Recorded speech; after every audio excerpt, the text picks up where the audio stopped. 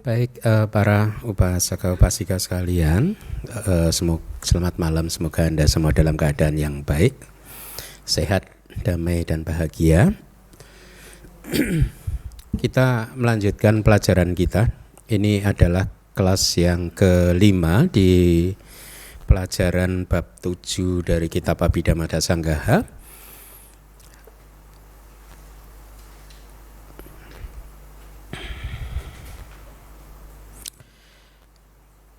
Sekarang kita akan diperkenalkan dengan terminologi yang baru lagi, ya. Dua dasak maganggani, ya.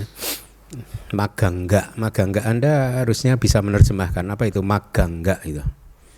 Itu sama dengan bawangga. Bawangga apa? Faktor kehidupan. Magangga faktor jalan, ya. Dua dasak 12. Berarti sekarang kita diperkenalkan, makanya tadi saya katakan sebagai terminologi baru karena di sini disampaikan ada 12 faktor jalan, ya. Berbeda dengan apa yang selama ini kita kenal atau Anda dengar, yaitu apa? Jalan mulia berunsur 8, ya. Kenapa di sini ada 12? Nanti alasannya akan disebutkan. Ikuti saya dulu 12 faktor jalan tersebut. Yang pertama adalah samadhi. Pandangan benar. Sama sangkapa. Pikiran benar. Sama waca. Ucapan benar. Sama kamanta. Perbuatan benar.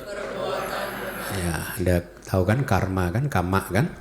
Ya, ini perbuatan benar. Sama ajiwa. Penghidupan benar. Sama wayama. Usaha benar. Sama sati.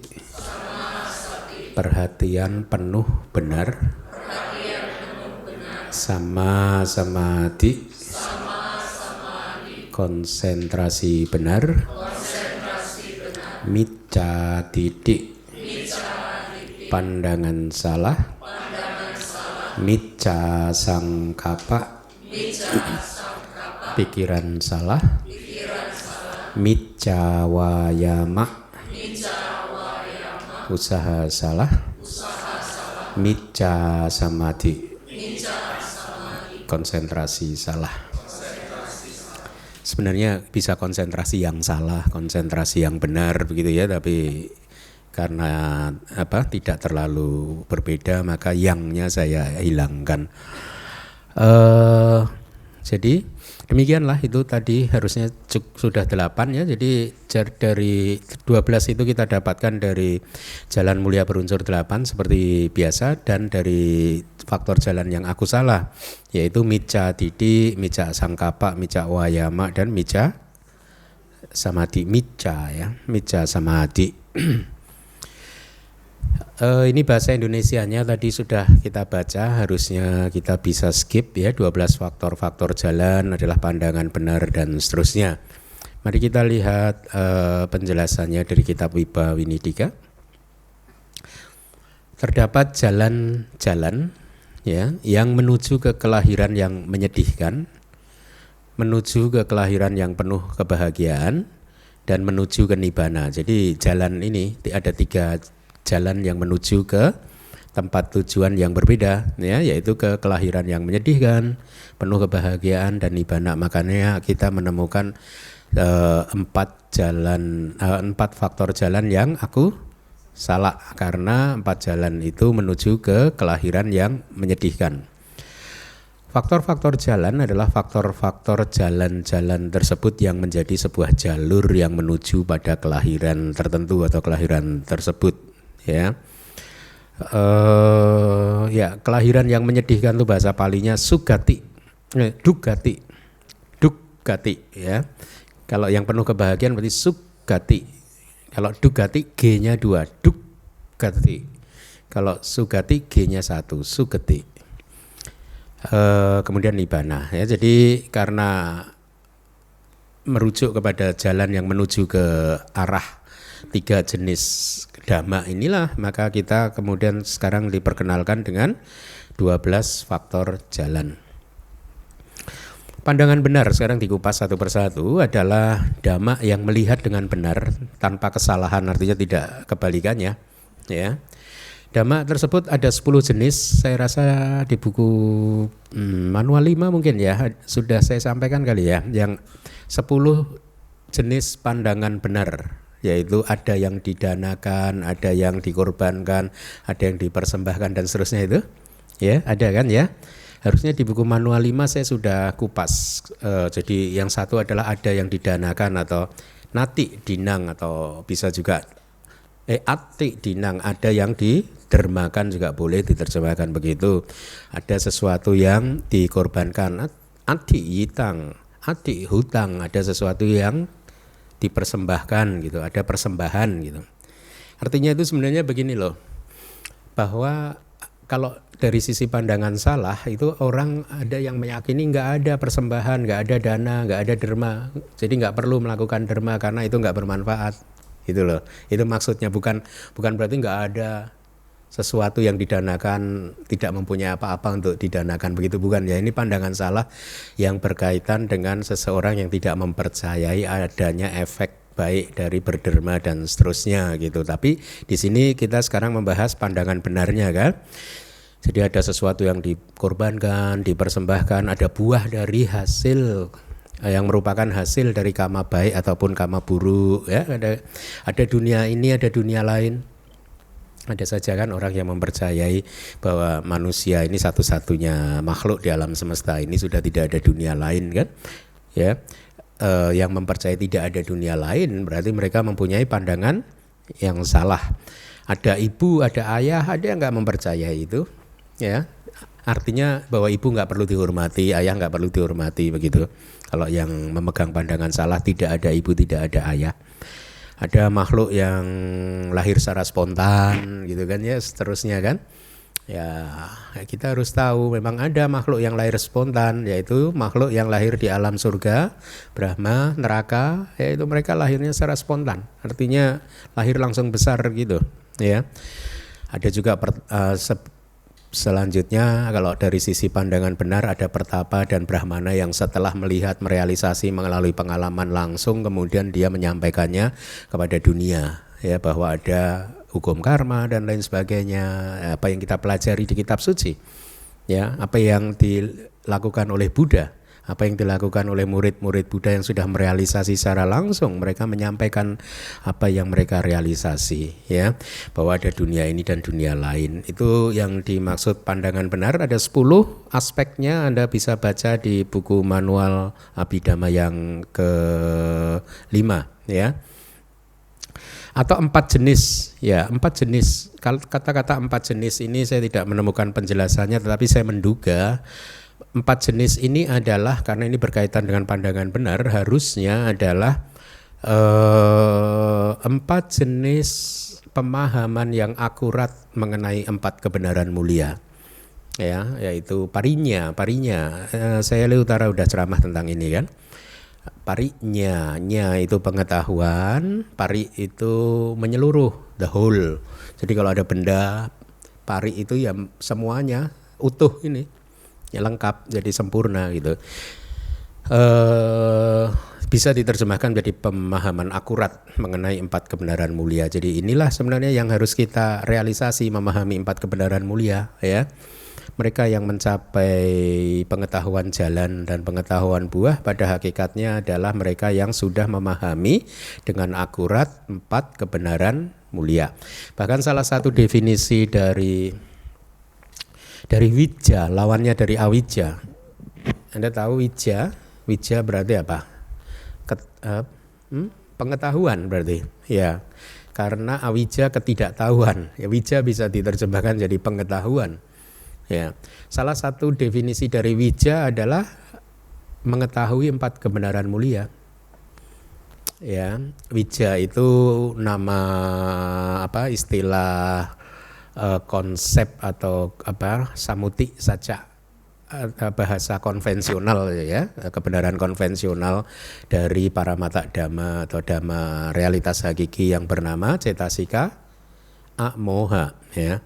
Kalau wija adalah definisinya mengetahui 4 kebenaran mulia, maka awija definisinya tidak mengetahui ya. Duke anyanang, kalau yang sudah belajar Pali pasti tahu itu. Apa itu? Duke itu duke accusative atau locative accusative. Berarti nyanang. Apa itu? Tanpa nyana pengetahuan, berarti tanpa pengetahuan terhadap duka. Duke nyanang. Duka samudaya nyanang. Berarti tanpa pengetahuan tentang asal mula duka dan juga duka nirodha nyanang gitu. Jadi tanpa pengetahuan tentang berhentinya duka. Duka nirodha gamini duka nirodha gamini pati pada. Ya, yang keempat harusnya mungkin cukup magge gitu ya. Karena cukup jalan gitu, tentang nggak usah panjang. Jadi ketidaktahuan tentang jalan. Maksudnya jalan yang menuju ke berhentinya duka gitu. Nah, pandangan benar ini cetasika apa? Ada ya cetasika panya ya?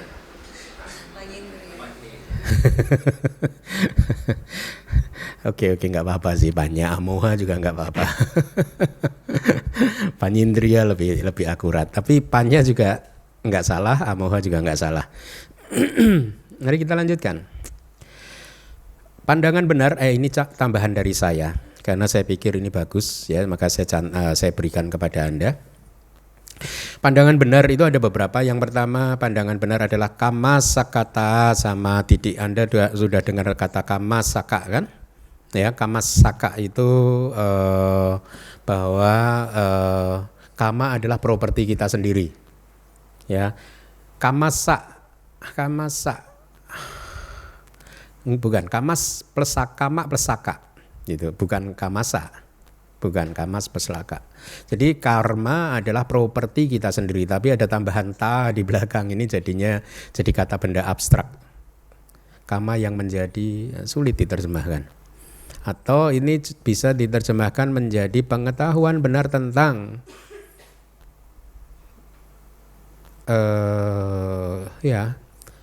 tentang karma sebagai properti. Agak sulit sih, sakata itu berarti abstrak sih.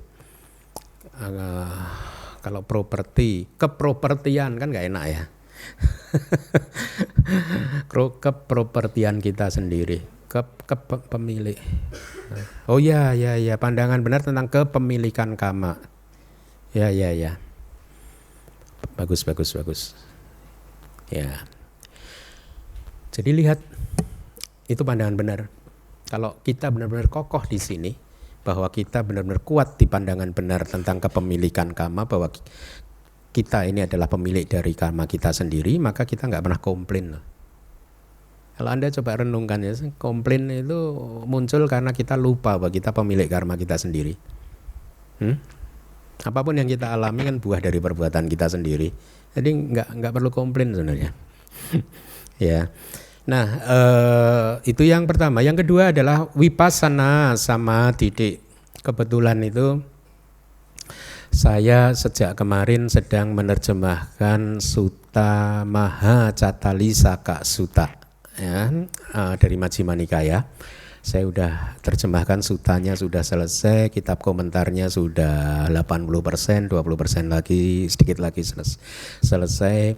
Salah satunya membahas ini, vipassana sama didik. Makanya kemudian saya teringat, oh ini bagus, ini saya masukkan saja yang pandangan benar ini gitu.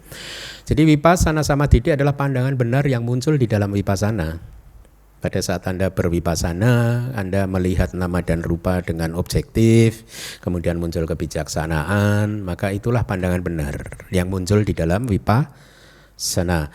Ada lagi yang lain adalah magga sama didik, pandangan benar yang muncul di kesadaran jalan, beda lagi. Ya. Jadi ini adalah pada saat kesadaran jalan itu Anda bervipassana bisa kesadaran jalan akhirnya muncul. Di dalam kesadaran jalan kan ada panyindria kan. Nah inilah yang disebut sama titik yang muncul di jalan. Ada lagi pala sama titik pandangan benar yang muncul di buah. Kemudian yang berikutnya pacawekana sama titik pandangan benar yang muncul di penelaahan ya dulu ya. Nah, mudah sih sebenarnya, Anda bayangkan saja yang paling sederhana itu sebenarnya malah kammasakata sama titik. Kemudian kalau berwipasana berarti wipasana sama titik. Kemudian setelah itu kalau wipassananya berhasil, buah dari wipasana adalah kemunculan magga kan, jalan kan, berarti magga sama titik. Setelah magga kan muncul buah, berarti pala sama titik. Setelah di dalam proses kognitif pencapaian jalan itu kan ada pacawekana enggak? Enggak ya. Pada saat berwipasana. Jadi pada saat Anda berwipasana kemudian muncul magga, muncul jalan, muncul buah. Setelah itu biasanya akan muncul proses yang disebut penelaahan. Ya, pada saat menelaah kembali untuk melihat kembali sudah menghancurkan berapa kilesa Anda, ya, kilesa apa saja yang sudah dihancurkan, kilesa apa yang belum dihancurkan dan seterusnya ya. Kemudian pada saat itulah muncul pacawekana, itulah yang disebut, bukan muncul, pandangan benar yang muncul di proses penelaahan itu diistilahkan sebagai pacawekana sama titik. Kemudian yang terakhir jana sama titik malah ditempatkan di terakhir ya. Sebenarnya ya ini adalah pandangan benar yang muncul di kesadaran jana. Ya. Nah, kalau Anda cermati dari 6 jenis pandangan benar ini, yang logia yang mana, yang lokutra yang mana? 1, 2 logia, terus?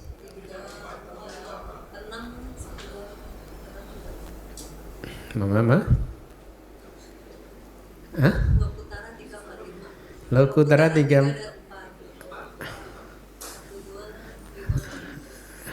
Udah setuju semua? Udah satu suara belum Anda?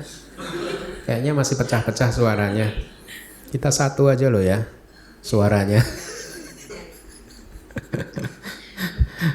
Jadi yang lokutra yang mana? 3 dan 4, bagus. Sisanya itu logia. Termasuk pacawekana itu logia kan? Ya, karena dia muncul bersama dengan kalau seka ya maha kusala. Ya kan? Kalau dia arahat berarti kiriya gitu. Ya, bukan lokutara apapun itu. Bagus. Ini tambahan dari saya. Mari kita lanjutkan. Yang kedua adalah pikiran benar, yaitu dhamma yang oleh karenanya seseorang berpikir dengan benar. Ini di sutanya ada tadi, Mahacatalisaka Sutta itu yang sudah saya terjemah, yang saya ceritakan tadi. Bagus sekali sutanya. Dhamma tersebut ada 3 jenis. Nah, Anda harus mulai menghafal ini ya. Pikiran benar sama sangkapa itu ada 3, yaitu nekama sangkapa. Ikuti saya, nekama. Ada sih sebenarnya di slide itu, di ini kelihatan ya bawah itu kan, di bawah so, terus nekama sangkapa. Nekama itu renunciation, penolakan terhadap keduniawian, terhadap kenikmatan indriawi gitu. Itu nekama. Jadi diterjemahkan jadi pikiran benar tentang penolakan gitu. Artinya penolakan kenikmatan indriawi, kenikmatan sensual, penolakan terhadap keduniawian. Kemudian yang kedua adalah bhyapada sangkapa. Pikiran benar tentang, seharusnya bukan pakai tentang sih. Ini cukup pikiran benar penolakan dan pikiran benar niat jahat. Artinya niat jahat tanpa niat jahat itu sendiri adalah pikiran benar. Abhyapada, bukan bhyapada, abhyapada sangkapa, yaitu pikiran benar tanpa niat jahat. Bhyapada kan Anda tahu kan ya, ini abhyapada. Kemudian awihimsa sangkapa. A plus vihimsa, vihimsa itu kekejaman sadis, ya, jiwa yang sadis, kejam, cruel gitu. Ini A, tanpa. Jadi pikiran benar tanpa kekejaman. Ya, berarti ada berapa pikiran benar? 3 apa saja? Terus? Iya, bagus. Anda harus hafalkan. Cetasika apa ini semuanya? Hmm? Hmm? Deng, deng, deng, deng. Ambil sangkapanya aja, sangkapa pikiran. Sangkapa itu nama lain dari witaka. Witaka. Bukan, witaka. Itu nama lain dari witaka. Jadi semuanya ini adalah cetasika witaka. Ya makanya seringkali orang mencampur adukkan terjemahan witaka sebagai pikiran. Gitu. Kalau kita belajar abhidhamma, witaka tidak selebar itu, artinya tidak bisa diterjemahkan pikiran kan? Karena witaka itu adalah, masih ingat nggak pelajaran bab kedua? Witaka itu adalah faktor mental yang abhiniropana. Abhiniropana itu cetaso abhiniropana, itu salah satu karakteristik dari witaka. Cetaso abhiniropana. Abhiniropana itu apa ya? Kayak mengarahkan gitu, bukan awajana ya. Kayak pengarahan, directing kesadaran ke objek. Itu witaka. Itu karakteristiknya kan mengarahkan arus kesadaran ke objek. Kalau panca dwara wajana cita kan mengarahkan arus kesadaran ke pintu, bukan ke objek. Kelima pintu, ya kalau panca dwara wajana kelima pintu kan. Kalau mano dwara wajana pintu batin. Witaka bukan mengarahkan ke pintu, langsung dia mengarahkan ke objek. Makanya fungsinya menembus objek kan. Anda masih ingat nggak pelajaran kedua? Dia fungsinya kayak menusuk objeknya gitu. Ya memukul. Gataka bisa juga menusuk juga bisa. Memukul juga bisa. Ya jadi itu witaka sebenarnya, tetapi di dalam bahasa sutta, di dalam bahasa sehari-hari konvensional, witaka sering juga tidak salah sih kalau diterjemahkan menjadi pikiran gitu ya. Tapi kalau mereka yang paham kitab komentar, mereka akan tahu kenapa misalkan witaka disebut pikiran, karena witaka itu dijelaskan di kitab komentar itu seperti aropeti. Saya agak lupa bahasa palinya, itu semacam kayak mempersiapkan gitu. Jadi mempersiapkan poin-poin apa ya, dari pikiran, poin-poin banyak disatukan akhirnya di pikiran gitu. Jadi yang mempersiapkan memang witaka. Pikiran itu yang mempersiapkan witaka, berpikir gitu ya, itu yang mempersiapkan witaka. Makanya sekali lagi tidak salah juga kalau kita memakai bahasa konvensional, witaka diterjemahkan menjadi pikiran. Ya, makanya sekali lagi sangkapa itu cetasika apa? Witaka ya. Mari kita lanjutkan. Ucapan benar dan lain-lain artinya DL kurang satu ya, DLL ya harusnya ya. Telah dijelaskan di bab 2, Anda boleh baca. Apa itu ucapan benar? Masih ingat nggak pelajaran bab 2? Ucapan benar cetasika apa dulu untuk supaya Anda mudah memahaminya? Apa itu cetasika apa? Termasuk dalam bagian cetasika apa? Wirati itu bahasa Indonesianya apa? Penahanan diri, berarti sama waca ucapan benar adalah penahanan diri terhadap ucapan yang salah. Ucapan yang salah ada berapa? Ada 4 ya, yaitu musawada, perkataan bohong, kemudian parusa waca, ucapan kasar, kemudian pisuna waca, apa itu? Ucapan fitnah, kemudian sampak palapa, omong kosong.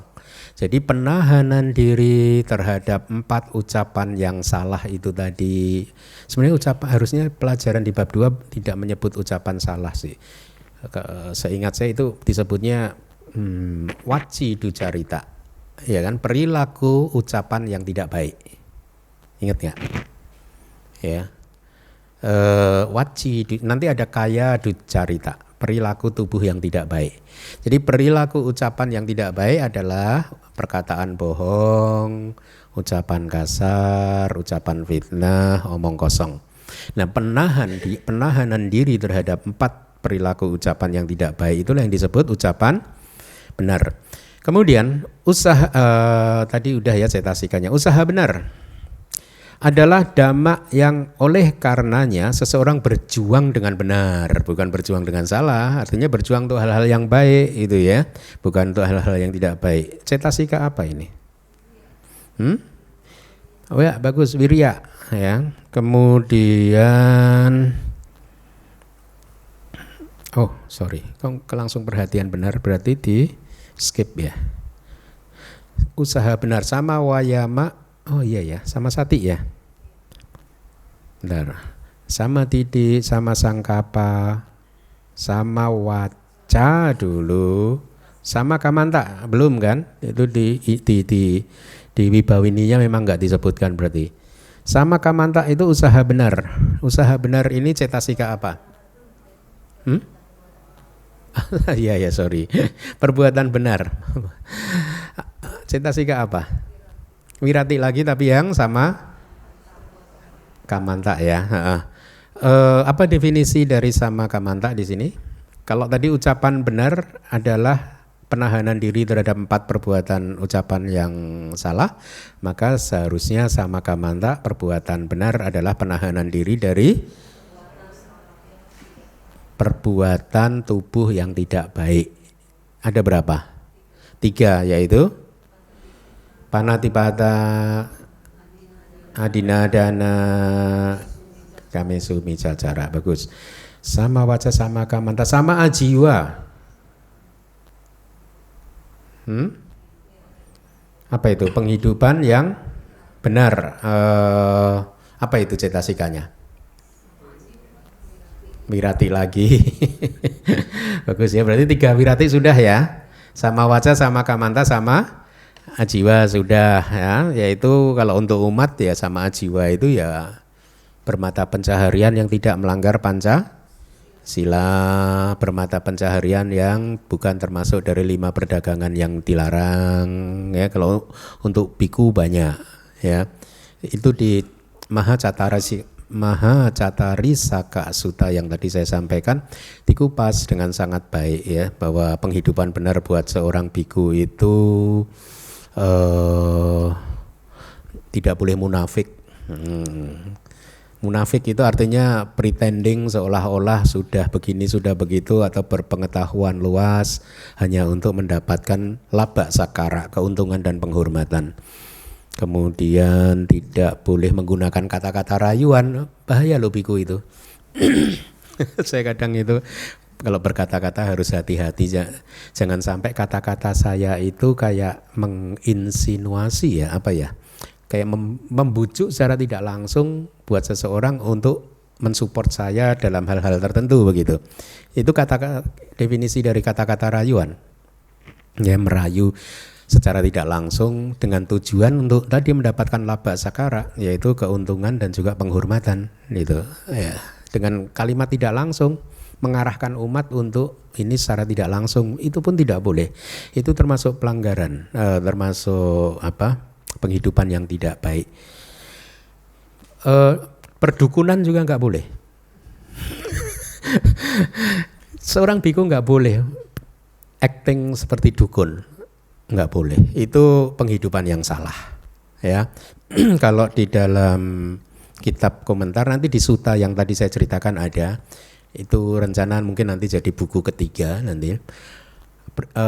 Bertindak atau berperilaku seperti dukun itu ya meramal, ya memberi ini berdasarkan tanda ini itu gitu, seperti dukun lah. Biku nggak boleh, itu adalah penghidupan yang salah ya, bukan penghidupan yang benar ya. Maka ada yang lain lagi ya, tipuan. Kalau tipuan udah pasti ya, kita nggak boleh menipu kan. Mengancam juga nggak boleh hanya untuk mendapatkan sesuatu. Kalau nggak dana nanti masuk neraka loh, nah gitu. Nggak boleh. Ya itu untuk biku itu ya. Pertanyaan saya, kalau biku nggak boleh begitu tadi, berarti kalau tanpa rayuan boleh nggak? Langsung aja minta. Terus terang. Oh, apalagi seorang biku tidak diperbolehkan minta kepada siapapun umat yang tidak menyampaikan invitation, undangan bahwa saya akan memenuhi apa yang Bante penuhi, begitu. Selama umat tidak begitu, seorang biku tidak boleh minta apa-apa. Air minum aja yang netral aja, nggak boleh teh, kopi nggak boleh juga. Tolong dong Pak Johan, kopinya kok nggak ada nih. Nggak boleh. Nggak boleh.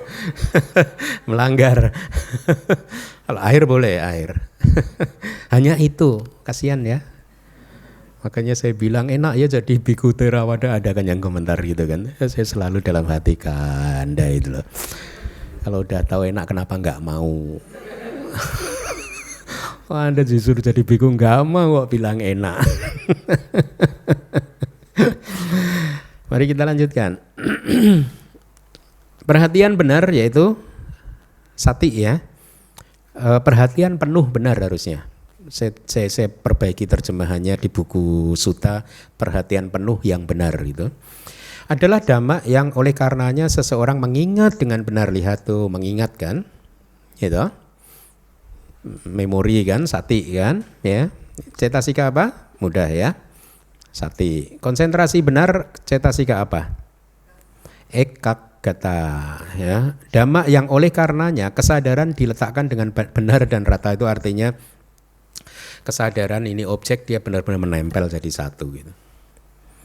Ya, makanya saya terjemahkan ekagata menjadi apa? Kemanunggalan. Kemanunggalan itu keadaan menjadi satu.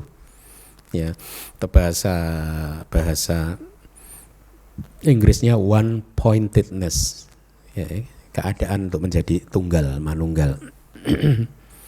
Kemudian terdapat 5 jenis kemanunggalan atau ekagata, yaitu jana 1, jana 2, jana 3, jana 4, jana 5. Jana 5 di sini termasuk arupa jana ya.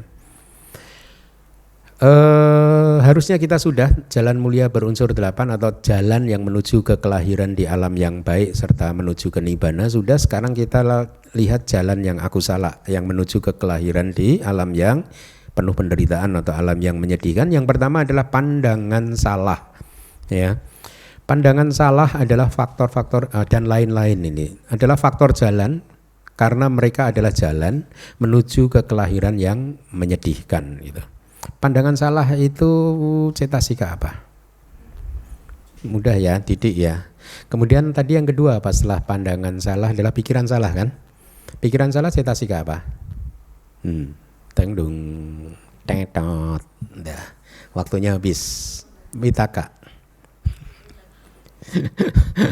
Kan witaka kan cetasika apa? Masuk dalam kelompok apa? Pawe santai kaji witaka bicara hanya semana. Ya? Hanya semana itu kan kanan kiri oke kan? Nah, jadi witaka juga karena dia bisa kusala dan bisa. Terus yang ketiga tadi apa? Usaha salah ya? Micawayama ya? Usaha yang salah. Itu cetasika apa? Wirya juga. Kemudian konsentrasi salah itu apa? Ekagata juga. Jadi jangan bangga kalau Anda punya ekagata yang ekagata saya sekarang kuat loh Bante. Jangan bangga dulu. Kuat ke aku salah. Kalau dulu kalau guru saya cerita itu, kamu tahu nggak? Tukang copet itu ekagatanya bagus loh. Tukang copet itu kalau ekagatanya nggak bagus nggak dapet loh dia. Konsentrasi beneran.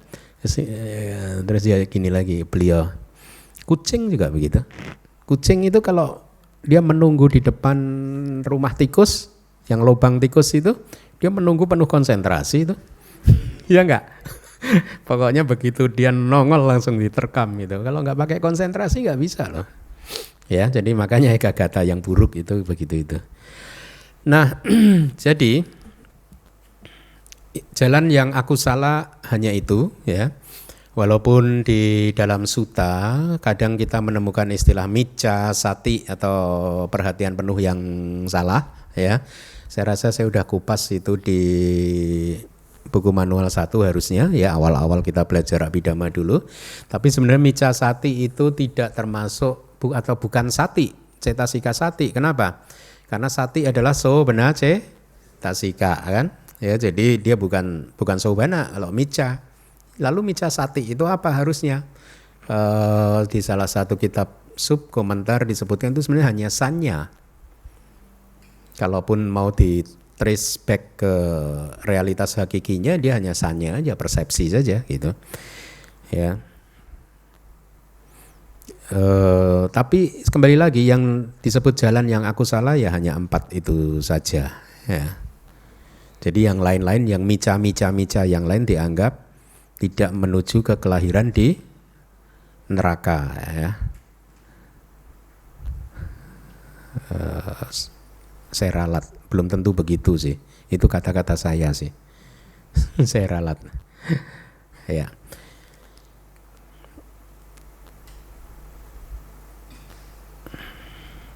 Berarti kalau demikian, ada lagi di suta itu mica waca, itu ucapan yang tidak baik, ucapan yang tidak benar ada. Kemudian juga mica kamanta, perbuatan yang tidak baik, tidak benar. Berarti itu cetasika apa? Termasuk mica ajiwa itu, penghidupan yang tidak benar, penghidupan yang salah. Itu cetasika apa? Bukan cetasika yang tersendiri atau khusus, dia hanya pokoknya ya muncul melalui akusala cita begitu. Ya, pokoknya dia hanya muncul di kesadaran yang tidak baik gitu. Mari kita lanjutkan. Berikutnya adalah bawi sati indriya. Bawi sati, Anda sudah bertemu bawi sati di hafalan Abhidhamma Sanggaha? Bawi sati apa? Ketemu enggak sih? Belum ya? 22. Ya, 22 wisati itu 20. Ba itu kata lain dari du. Ba ya. 22. Indriya. Nah, ini agak sulit menerjemahkannya. Bukan. Indriya masih mudah.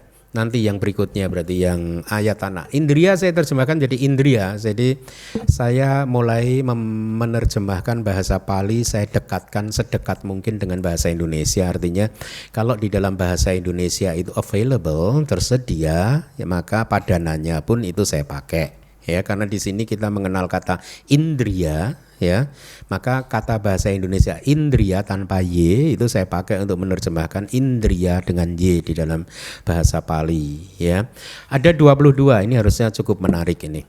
Yuk ikuti saya dulu. Cakundriya terdiri dari 2 kata, caku plus indriya, yaitu indriya adalah indriya, caku adalah mata, berarti diterjemahkan jadi indriya mata. Sotindriya, sota plus indriya, berarti indriya telinga. Ganindriya, gana plus indriya, berarti indriya hidung. Jiwindriya, jivwa plus indriya, berarti indriya lidah.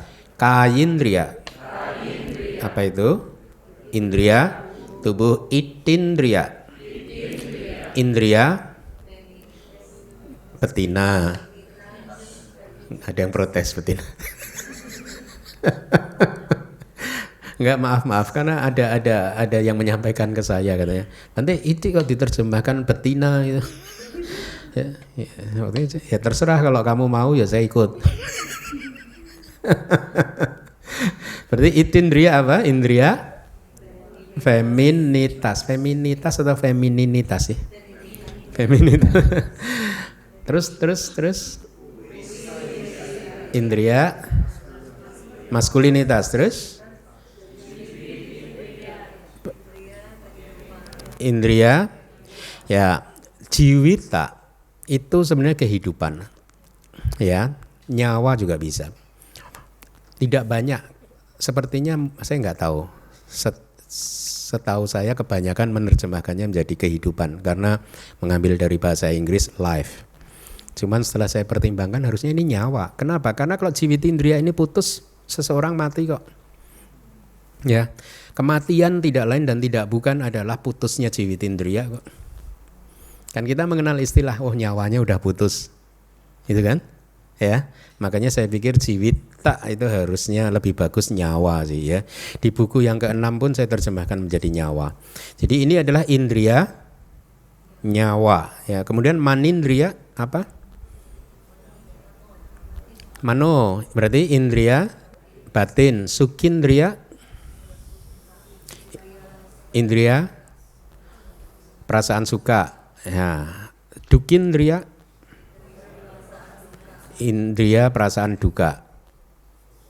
Somanasindriya, indriya perasaan sukacita atau indriya sukacita juga nggak apa-apa. Domanasindriya, indriya duka cita. Udah mulai enak kan?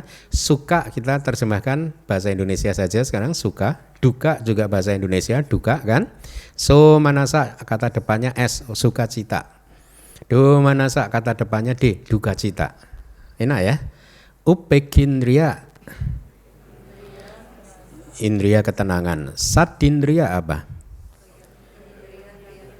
Indriya keyakinan. Wiriyindriya indriya energi, ya. Satindriya indriya perhatian penuh. Samatindriya konsentrasi. Panindriya, nah yang kuning ini dia. Mama.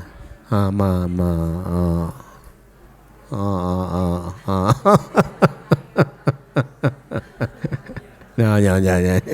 Oh, ribet ya, lidahnya udah kebelit-belit kan. Ya enggak?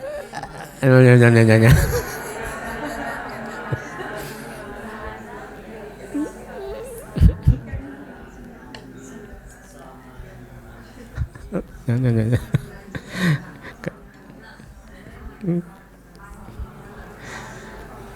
Oh. Oke, sudah sulit kan? Kita pecah-pecah dulu yuk. Yang kuning pertama itu terdiri dari beberapa kata harusnya. Plus an dulu, an plus. Enggak dicatat dulu, Anda catat. An plus biar enak nanti Anda. An plus terus anyata. Plus lagi anya ya. Anya, tapi A-nya yang terakhir panjang. Sambil Anda perhatikan yang kuning itu ya. Itu kan an plus anyata plus anyata plus anya lagi. A-nya itu double tapi dia dipendekin. Plus setelah T itu kan A-nya pendek kan.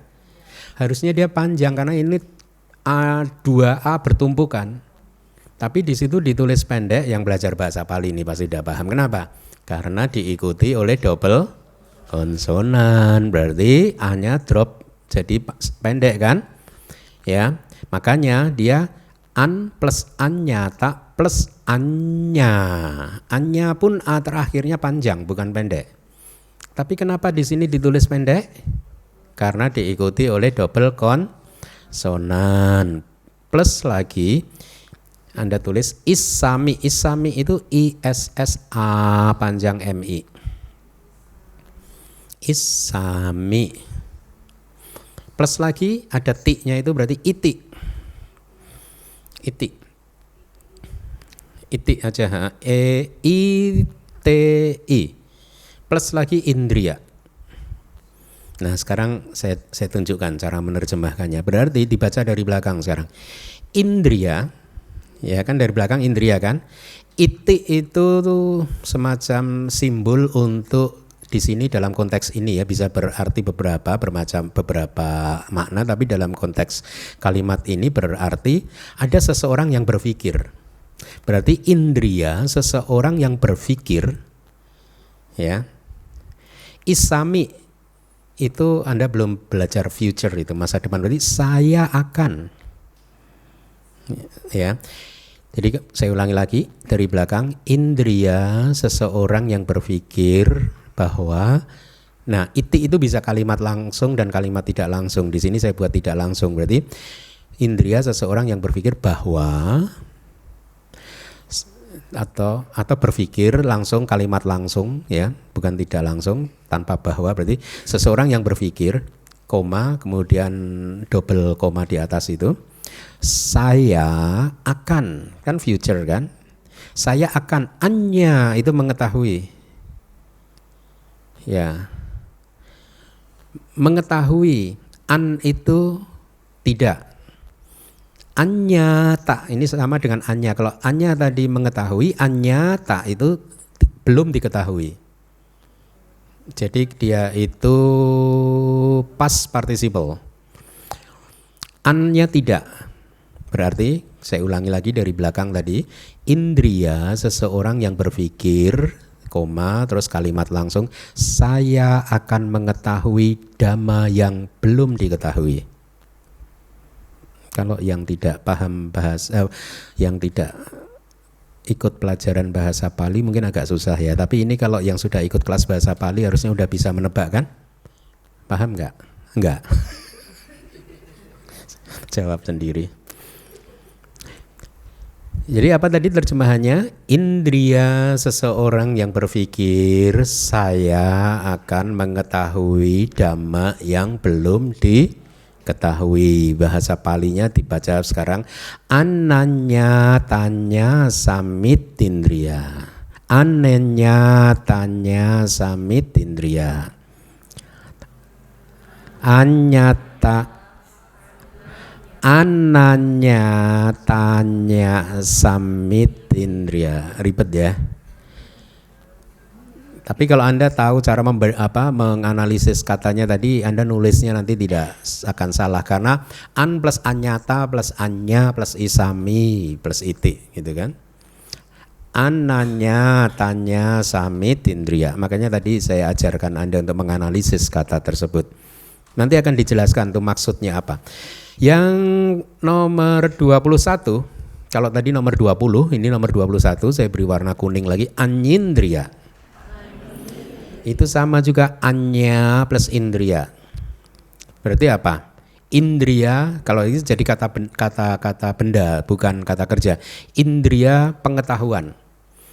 Tetapi untuk membedakan dengan nyana, biasanya Western scholar, ilmuwan Buddhis di Barat termasuk Bhikkhu Bodhi atau ilmuwan Buddhis yang lain, dia membedakannya ini menjadi pengetahuan final, pengetahuan akhir. Ini pengetahuan kearahatan. Jadi yang tadi juga begitu, pengetahuan kearahatan. Jadi yang ke-21 terjemahannya adalah indriya pengetahuan final. Ya, berarti tadi juga bisa diterjemahkan jadi begini, indria seseorang yang berpikir saya akan mengetahui pengetahuan final yang belum diketahui, bisa juga.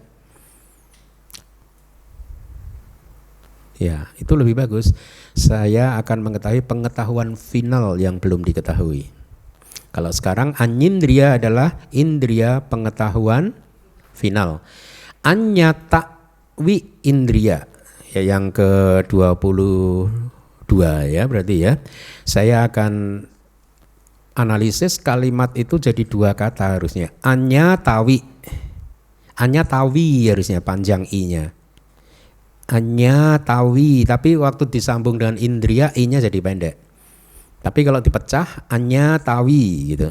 Artinya anyatawi itu artinya seseorang yang telah memiliki pengetahuan final. Nah, jadi Anda mulai bisa bayangkan tiga ini berbeda kan? Kalau tadi dia sedang bertekad ingin mendapatkan pengetahuan final, saya ingin mengetahui pengetahuan final yang belum saya ketahui. Yang keduanya adalah anyindriya, pengetahuan final itu sendiri. Yang ketiga adalah sudah mengetahui dia. Nanti akan dijelaskan. Jadi ini proses bertahap. Jadi mari kita baca lagi. Ananya tanya samitindriya. Ananya tanya samitindriya. Anyindriya. Anyatawindriya. Anyatawi plus indriya ya. Jadi itu yang terakhir itu merujuk kepada seorang arahat harusnya. Tapi mari kita lihat penjelasan dari Wibawinidikanya. 22 indriya bukan 20, ini kurang ya. Saya rasa kita bisa skip ya. Kita bisa lompatin karena saya sudah jelaskan kan tadi. Nah, ini itu maksud saya itu, lihat. indria kebijaksanaan, kemudian yang kedua adalah indria titik dua, artinya itu berpikir. Tadi kan indria seseorang yang berpikir gitu kan. Tapi itu kan saya lihat itu saya tulis hanya di slide, lihat itu indria titik dua kan. Kemudian kan apa itu tanda apa sih itu? Kalimat langsung begitu. Quotation. Kalimat langsung. Saya akan mengetahui pengetahuan final yang belum diketahui, artinya belum dia ketahui. Ya. Kemudian yang berikutnya indria pengetahuan final, yang terakhir indria seseorang yang telah memiliki pengetahuan final. Ya. Seharusnya, tapi nanti kita lihat di penjelasan. Yang nomor 20 itu indria seseorang yang ingin mengetahui pengetahuan final yang belum diketahui ini muncul pada saat seseorang berwipasana. Dalam satu tahapan dia akan muncul tekad seperti itu, dalam tahapan yang sudah bagus dia akan bertekad, saya ingin mengejar ini, mengetahui sesuatu yang belum saya ketahui ini. Ya. Itu ya. Ya, seharusnya nanti dijelaskan. Mari kita lihat. Damak-damak yang menyebabkan dirinya sendiri diikuti. Ini Wibawini hanya ingin memudahkan Anda, membantu Anda supaya Anda mudah untuk menghafal 22 indria tadi, ya. Yang pertama adalah diikuti oleh kesadaran mata dan lain-lain pada saat penglihatan. Berarti tadi ada cakun indria, kemudian apa? Sotindria, ganindria dan seterusnya kan, 5 kan. Kemudian nomor 6 apa tadi? Iti ya. Berarti setelah panca indera ini, jadi ini apa? Peta kehidupan secara global, secara menyeluruh. Yang pertama pengalaman lewat panca indera, ya, indria panca indera 5, kemudian 2 dari jenis kelamin, itindria dan purisindria, kemudian yang ke-8 apa? Nyawanya kan, jiwitindria, ya.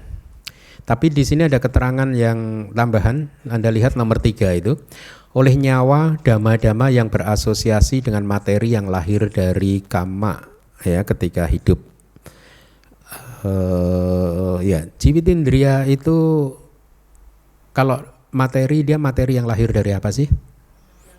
Nah, kama jarupa kan, maka di sini hanya disebutkan karma kan, ya.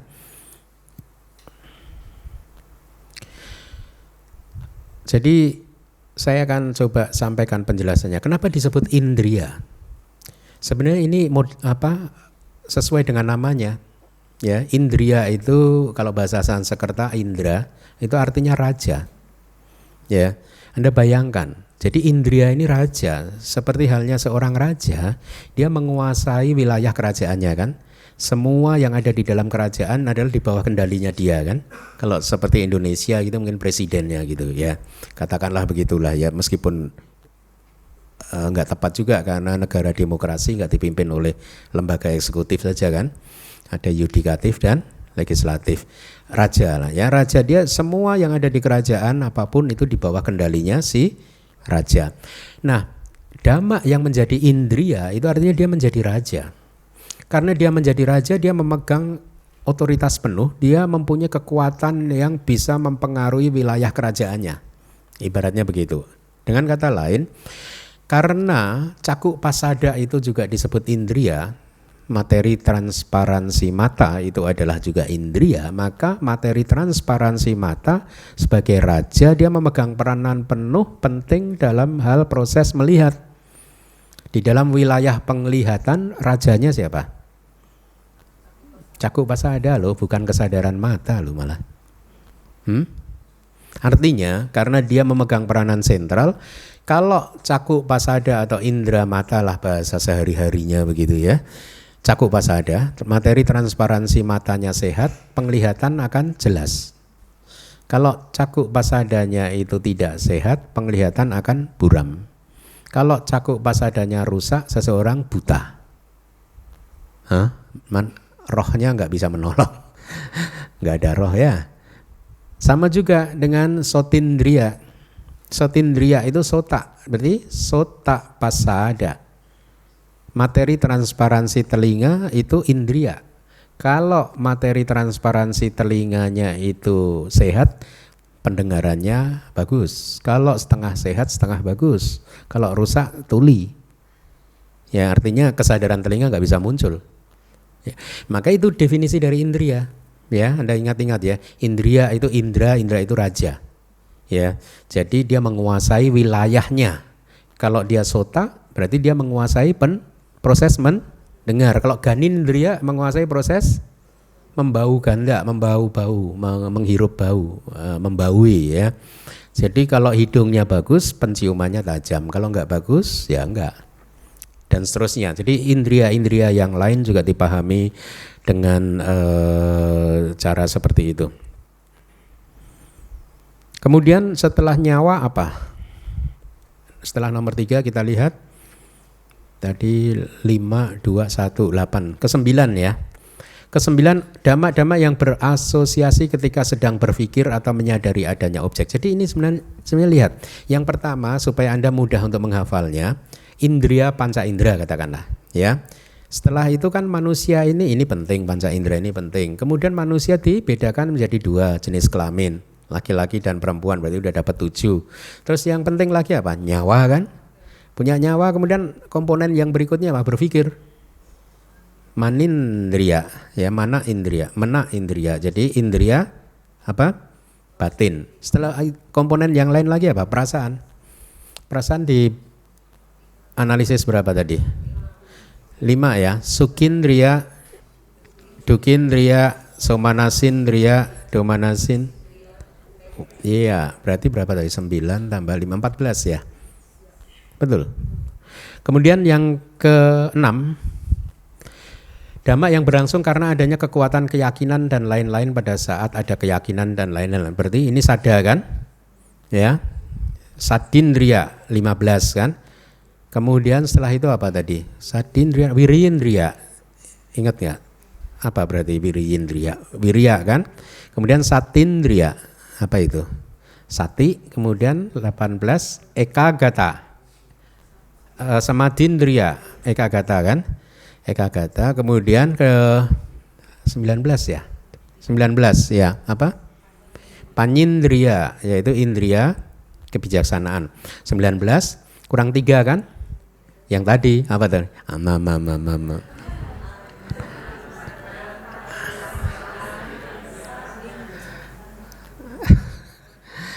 Ananyatanya samitindria. Masih ingat nggak? Kalau Anda ingat analisisnya dulu, anyata anya sami iti indria. Hah? Yuk apa? Ananyatanya samitindria. Yang nomor 21 anyindria. 22 oh bagus, sudah pintar-pintar. Ya, jadi itu nomor 7 tadi. Saya atau oleh dhamma-dhamma yang menyertai yang berlangsung pada saat keberlangsungan realisasi, saya akan mengetahui dhamma pengetahuan final dan seterusnya. Ya, dari 22 indria ini, ya, berapa realitas hakiki yang lokutara? Jangan di duniawi. Berapa? Yang lokia berapa? Yang lokutara berapa?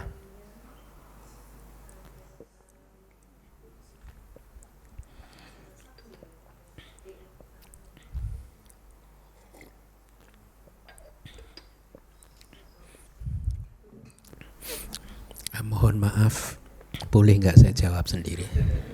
Boleh ya? Sisi.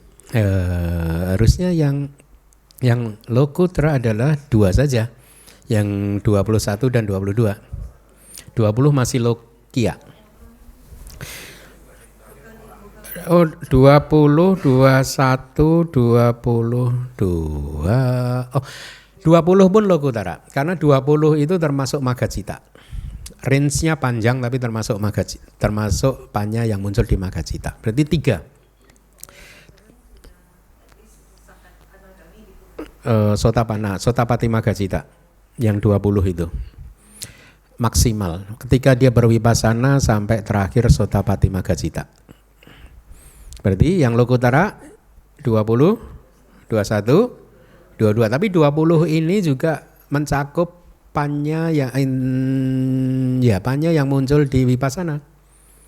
Sebelum mencapai maga, Sotapati Magacita juga dia bisa. Karena sejak dia berwipasana dia bertekad ingin mencapai Sotapati Magacita kan. Nah ya mah aku salah. Lokutara kan? Lokia kan? Nah ya Lokia. Range-nya panjang enggak, maksudnya yang 20 itu berhentinya di Magacita, makanya termasuk di Lokutara. Bisa Lokia dan Lokutara.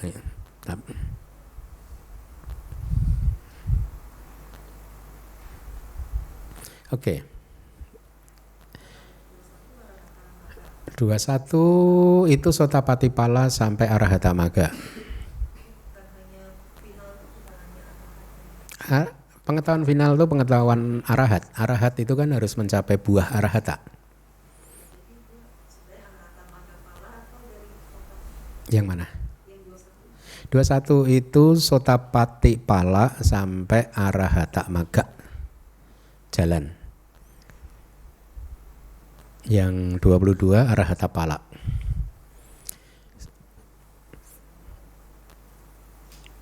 Kita lanjutkan sedikit lagi atau banyak lagi. Dhamma-dhamma tersebut dinamakan indriya dalam artian sebagai penguasa. Tadi sudah saya jelaskan. Berkaitan dengan hal tersebut, beliau mengatakan indriya mata dan seterusnya, itu menyebut tentang 22 indriya. Tapi yang ingin Anda pahami adalah indriya maknanya apa tadi? Penguasa atau raja ya. Akan tetapi di dalam atta kata, arti dari indriya telah disampaikan lebih jauh lagi dengan makna seperti sifat seorang raja. Tadi sudah saya sampaikan. Indriya nyawa dua jenis. Di sini indriya nyawa saya juga agak ini. Saya juga mengatakan ini dua jenis jiwit indriya. Jadi tidak hanya yang rupa, termasuk dua jenis indriya nyawa. Saya belum sempat mencari di kitab Abhidhamma ininya, tapi untuk sementara ikuti dulu saja dua ini ya, cetasika sama yang rupa toh, material dan non material. Nah ini ada nih penjelasannya. Indriya, saya akan mengetahui pengetahuan final yang belum diketahui. Penjelasannya, indriya seseorang yang telah memasuki jalan dengan kecenderungan demikian. Artinya di sini memasuki jalan itu sedang berwipasana, ya bukan sudah mencapai Magacita. Dengan kecenderungan yang demikian saya akan mengetahui keadaan tanpa kematian, berarti kan belum mengetahui dia. Ya. Yang merupakan keadaan yang tidak diketahui di dalam samsara yang tanpa awal itu, ya. Tanpa awal yang bisa diketahui, ya. Itu satu paket samsara yang tanpa awal yang bisa. Artinya awal dari samsara enggak bisa diketahui. Atau dia akan mengetahui dhamma tentang 4 kebenaran mulia itu sendiri. Tadi sudah saya katakan kan, pencerahan itu tidak lain dan tidak bukan pada saat Magacita seseorang sudah memahami 4 kebenaran mulia sesuai dengan tahapannya. Kalau dia Sotapati ya Sotapana ya tahapannya belum sedalam Sakadagami dan seterusnya gitu. Jadi indriya ini anyatanya samitindriya itu range-nya lebar sejak dia berwipasana hingga berakhir di Sotapati Maga, jalan ya. Kemudian indriya pengetahuan final memahami hingga jalan yang pertama.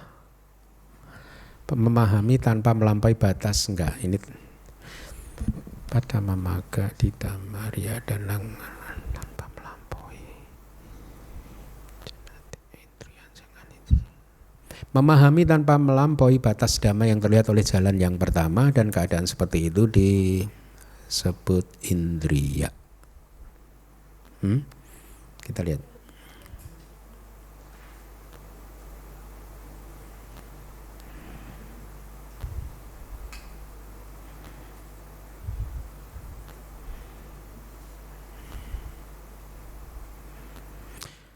begini, untuk sementara begini dulu, Anda catat dulu. Jadi yang nomor 20 adalah sampai Sotapati Magga. Nomor berikutnya seperti yang tadi saya sampaikan, Sotapati Pala, nanti harusnya ada penjelasannya sampai ke Arahata Magga. Kemudian yang terakhir adalah Arahata Pala. Ya. Harusnya di belakang ada penjelasannya.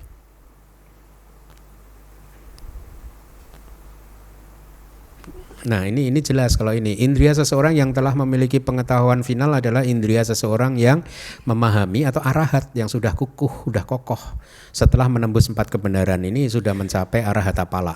Kalau arahata magga belum dianggap, ya berarti ini udah confirm. Cuman keterangan yang kedua tadi agak mengambang kan ya, yang anyindria tadi. Tapi seingat saya harusnya ada di kitab sub komentar penjelasannya. Kita lihat dulu. Indria kebijaksanaan diambil di sini dengan tujuan untuk menjelaskan dhamma-dhamma yang serupa. Indria saya akan mengetahui dhamma yang belum diketahui diambil untuk menjelaskan tugas spesial dalam kecenderungan individu, masih kurang jelas. Dan di sini oleh karena menjadi sandaran unik untuk konsep makhluk, oh ini sudah uraian yang ke-20.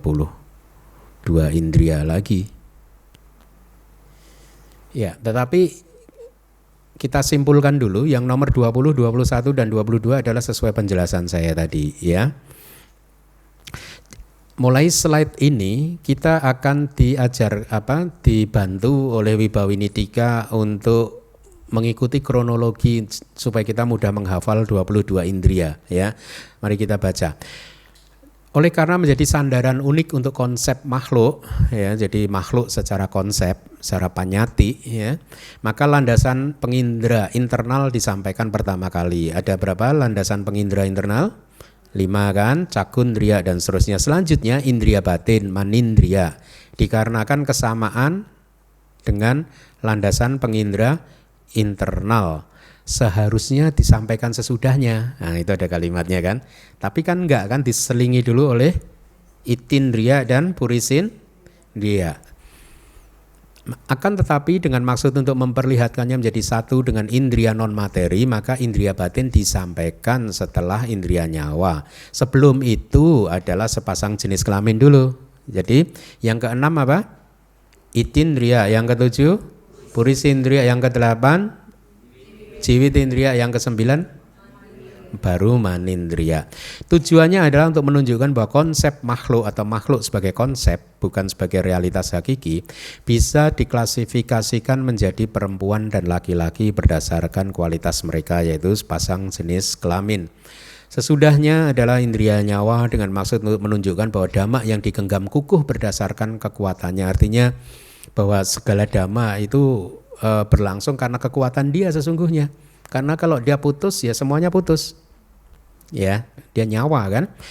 Selanjutnya berarti udah 9 ya. Adalah kelompok yang terdiri dari 5 perasaan, yaitu suka, duka,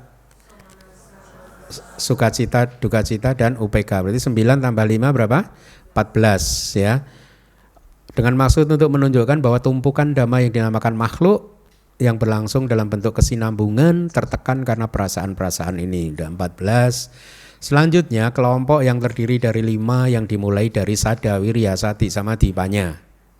Ya toh, mudah untuk dihafalkan. Anda sudah belajar panca indria kan? Pancindria. Yaitu apa? Sadindria, wirindria ya. Kemudian satindria dan seterusnya. Berarti ikuti apa saja?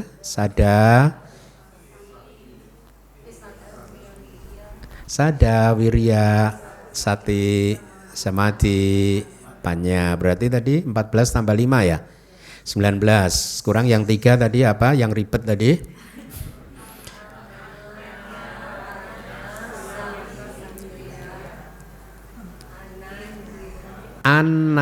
Ananyatanya samitindriya, anyindriya, anyatawindriya.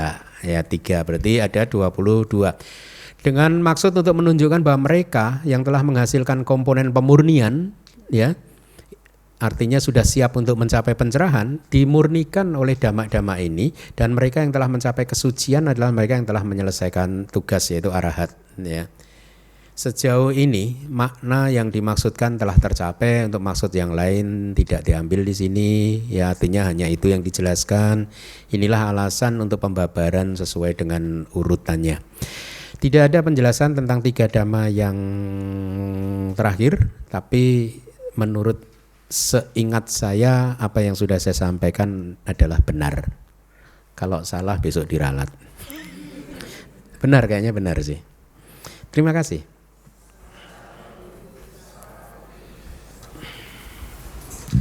Terima kasih Bante untuk penjelasannya malam ini. Bagi kalian Mita yang ingin bertanya, silahkan.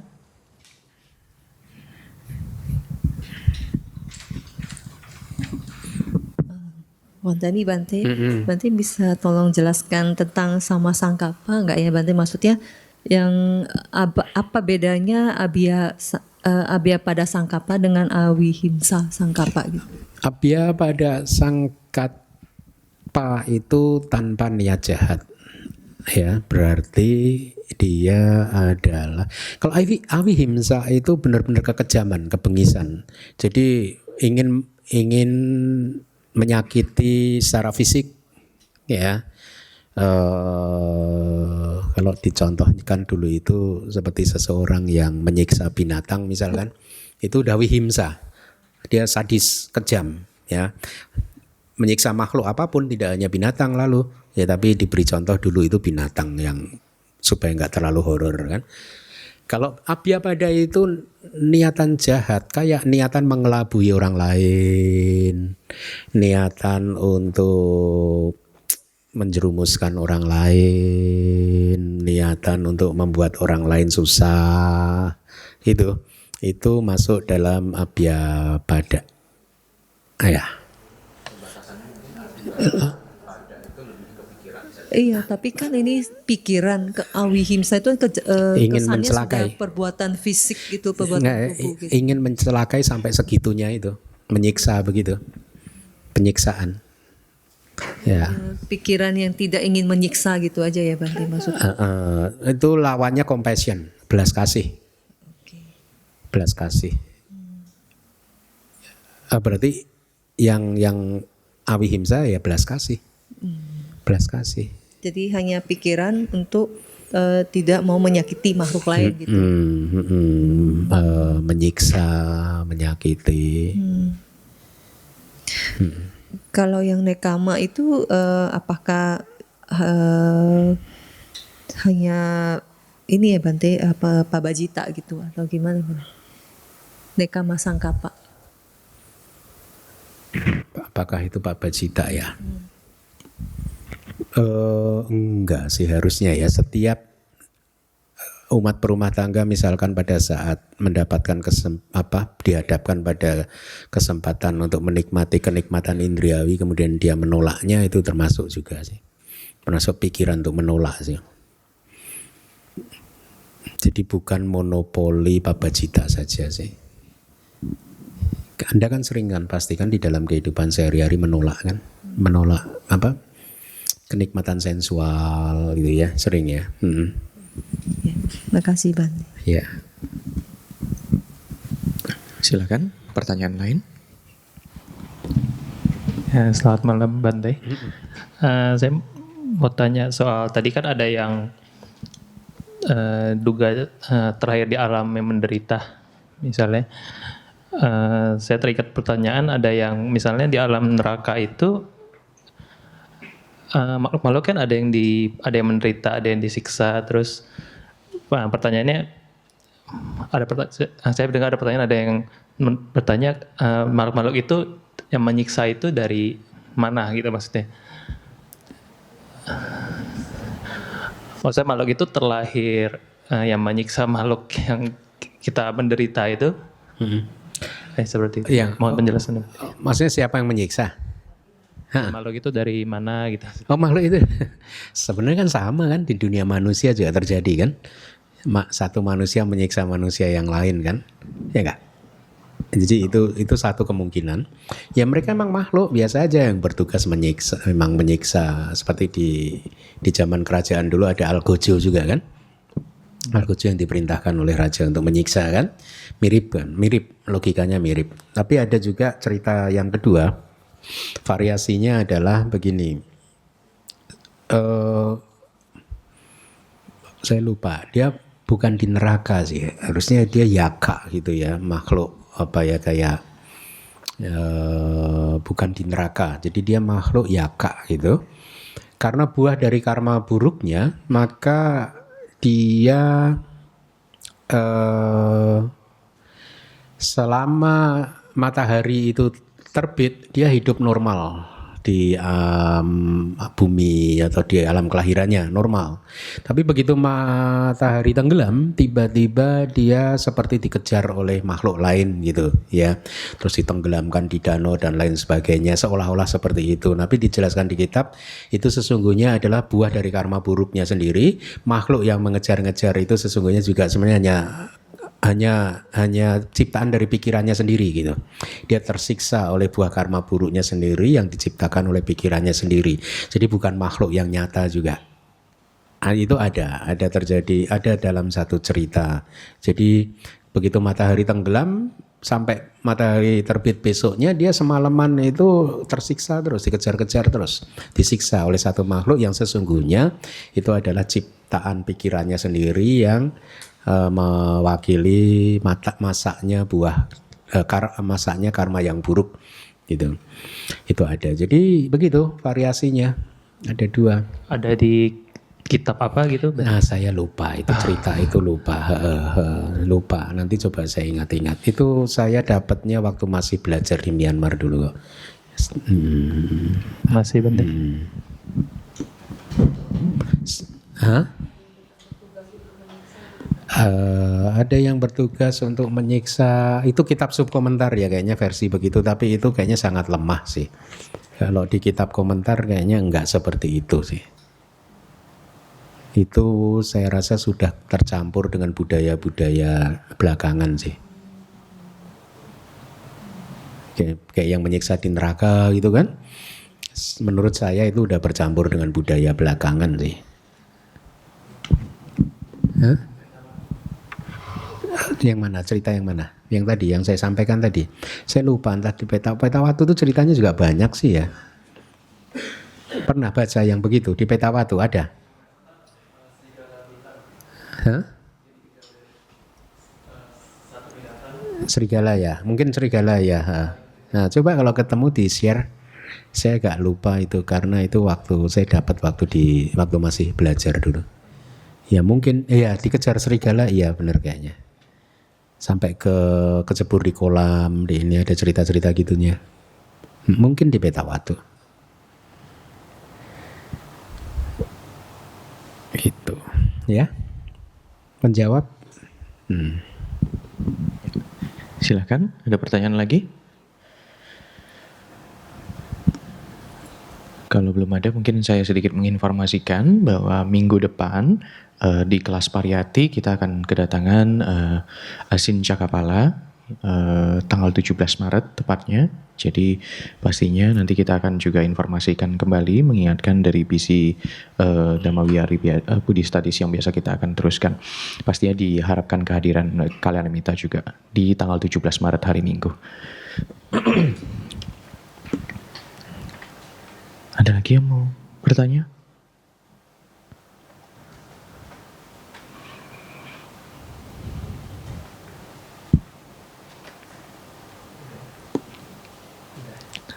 Mungkin kalau tidak ada, kita cukupkan malam ini. Terima kasih Bante.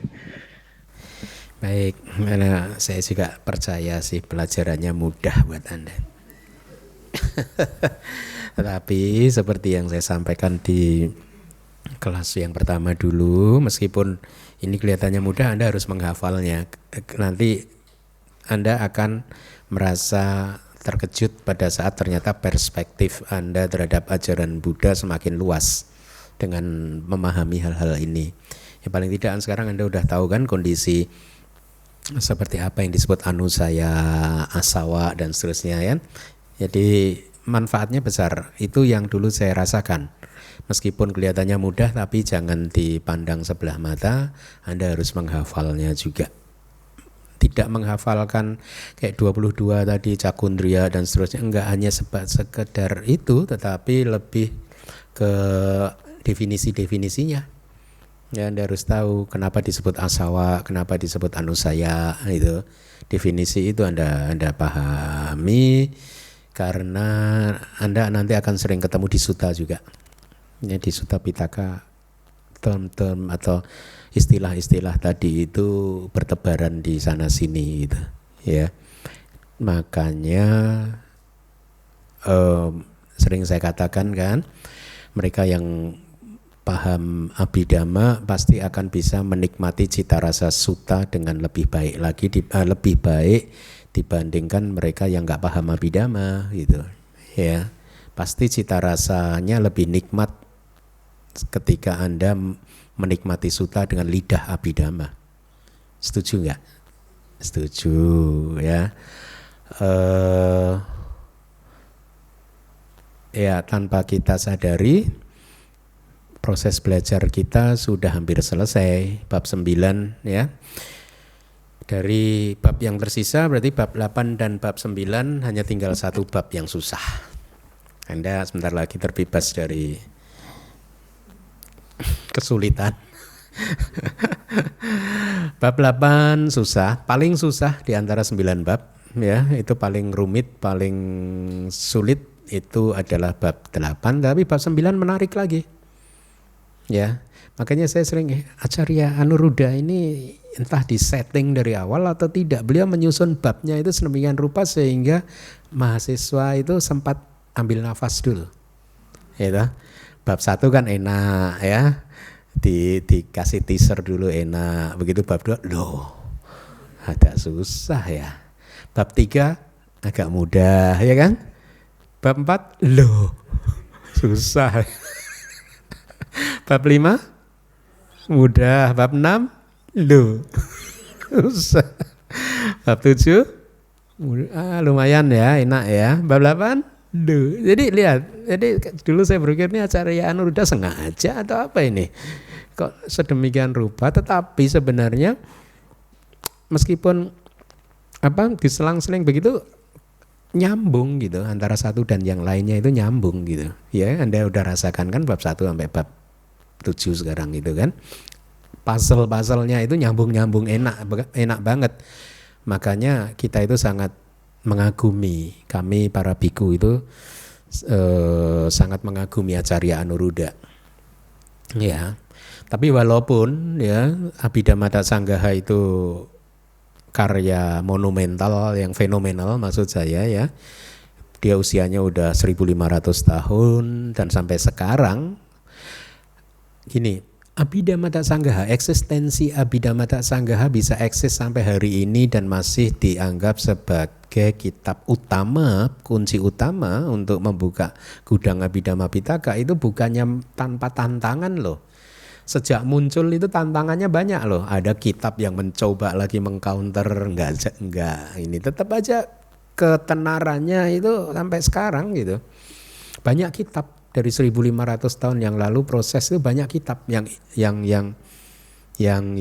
mencoba untuk istilahnya dalam tanda kutip lah ya, yang ingin kayak menyaingi gitu ya, menyaingi kepopuleran Abhidhamma Sanggaha. Tapi 1500 tahun enggak jatuh, istilahnya masih populer terus sampai hari ini. Para biku sangat menyukainya ya. Termasuk di Myanmar pun kan banyak juga beberapa kitab muncul di Myanmar, tapi tetap saja sampai hari ini kitab Abhidhamma Sanggaha adalah kitab yang wajib dihafal oleh mereka yang sedang menempuh jenjang pendidikan untuk mencapai Dhamma Acarya. Hanya kitab Abhidhamma Sanggaha dan Wibhawinitika gitu. Ya, jadi kembali lagi, yang brilian dari Acarya Anuruddha adalah mampu memeras Abhidhamma Pitaka yang sangat luas hanya menjadi sekitar 50 halaman buku yang kecil. Ya. Tapi oleh karena dia hanya perasan yang sangat kompak begitu, sangat ringkas sekali begitu, makanya dibutuhkan subkomentar. Tidak bisa kita mempelajari Abhidhamma Sanggaha tanpa dibimbing atau dipandu oleh subkomentar. Makanya kita harus mempelajari melalui Wibhawinitika Dika ya. Saya sih berencana nanti setelah selesai buku manual Abhidhamma yang sampai ke-9, saya akan terjemahkan karya monumental atau fenomenal dari Ledi Sayadaw juga, yaitu Paramata Dipani. Itu juga fenomenal buku itu, menarik. Saya sudah membaca sebagian, tetap buat saya menarik. Hanya saja karena buku ini sangat istilahnya, kalau dibaca oleh seseorang yang tidak pernah belajar Abhidhamma seperti Anda saat ini akan terlalu berbahaya. Jadi ini ada bahayanya buku ini.